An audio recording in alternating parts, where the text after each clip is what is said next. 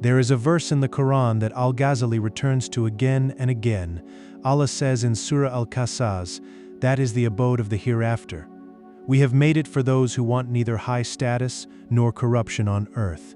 Neither high status nor corruption. Al-Ghazali asks, why did Allah place these two things side by side?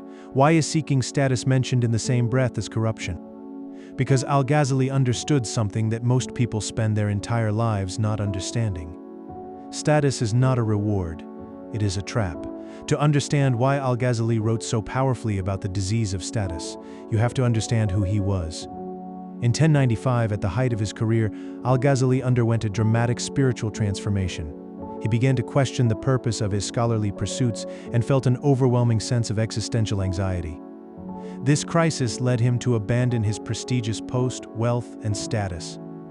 He was 38 years old, the most celebrated scholar in the Islamic world, head professor of the Nizamiya, the greatest academic institution of his time, thousands of students, the ear of the caliph, a salary that made him one of the wealthiest scholars in Baghdad. From the outside, he had everything a scholar could want, and inside he was collapsing. He writes in the Munqidh min al-Dalal that he examined his motives honestly and found that almost everything he was doing was for reputation, for standing. For the praise of men, he writes, I looked into the mirror of my heart and found it covered. He did not leave because he was forced. He left because staying was killing his soul. Al-Ghazali dedicates an entire section of the Ihya Ulum al-Din to what he calls Ka, the love of status and worldly prestige. In his Kitab al-Arba'in, a summary of the Ihya written near the end of his life, Al-Ghazali lists love of status as the sixth principle in the purification of the heart. He defines Kaya as the desire to occupy a place of importance in the hearts of other people. Not wealth, not power necessarily, the desire to matter in the eyes of others, to be praised, to be recognized, to be respected, to be feared, to be admired. Al-Ghazali says, this desire, when it takes root in the heart, becomes one of the most destructive forces a human being can carry. Not because recognition is inherently evil, but because the heart that seeks recognition from people has turned away from the only recognition that matters. Al-Ghazali writes that longing for praise and being in the public arena will break your back. This is not metaphor, he means it literally. The man who builds his life around status must maintain it constantly. He cannot rest, because rest means someone else advances. He cannot admit mistakes, because mistakes destroy the image. He cannot be honest, because honesty might cost him followers. He cannot be vulnerable, because vulnerability looks like weakness. Every decision he makes is filtered through one question: what will people think? Al-Ghazali says this is a form of slavery. Not slavery to a person, but slavery to the opinions of people. And unlike a human master, public opinion has no mercy. It changes without warning. It can be lost overnight. When you are praised for something you don't have, the praise itself becomes a burden. Because now you must spend your life pretending to be what people think you are. Al-Ghazali is especially brutal when he speaks about scholars and people of religion who fall into the disease of status. He writes in the Ihya, a scholar who is enamored of the world is meaner and lower in spiritual status than an ignorant person. He will be punished in the hereafter more severely. Think about how severe this statement is. An ignorant man who loves the world, lower in sin than a scholar who loves the world. Why? Because the scholar knows better. He has read the hadith. He has taught the hadith. He has explained to others why the world is worthless, and yet he arranges his entire life to accumulate what he tells his students to avoid. Al-Ghazali says this is the deepest form of hypocrisy, not lying with the tongue, but living in a way that contradicts everything the tongue proclaims.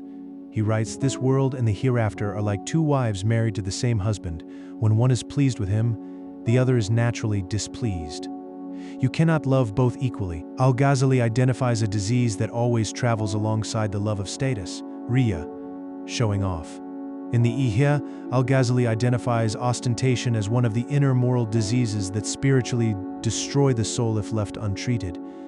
And he says something that should stop us cold. Riya is the hidden shirk, not the open obvious showing off that is easy to identify and resist.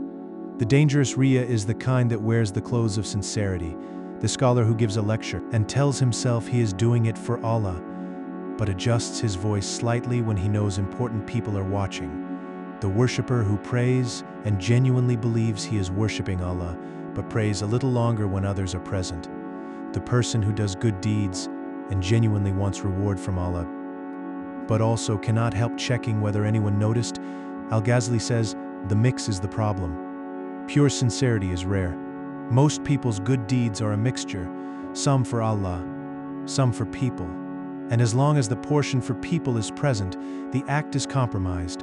Al-Ghazali writes in the Ihya, one of his most famous lines, "The love of the world is the root of every evil." He is quoting and expanding on a prophetic hadith. But what does he mean by love of the world? He is not saying, do not live in the world, do not have a house or a family or an income. He is saying, do not let the world own your heart. There is a difference between using the world as a means and worshiping it as an end. The person who accumulates wealth to provide for his family and give in charity, this is using the world. The person who accumulates wealth because wealth makes him feel worthy, important, secure, respected, this is worshiping the world. The disease is not in the hand, it is in the heart. Al-Ghazali says, examine what you cannot lose without feeling that your identity has been destroyed. Whatever that thing is, that is what you are worshiping. So what does Al-Ghazali prescribe? He is not asking you to become invisible, to reject all recognition, or to never lead or teach or occupy any position.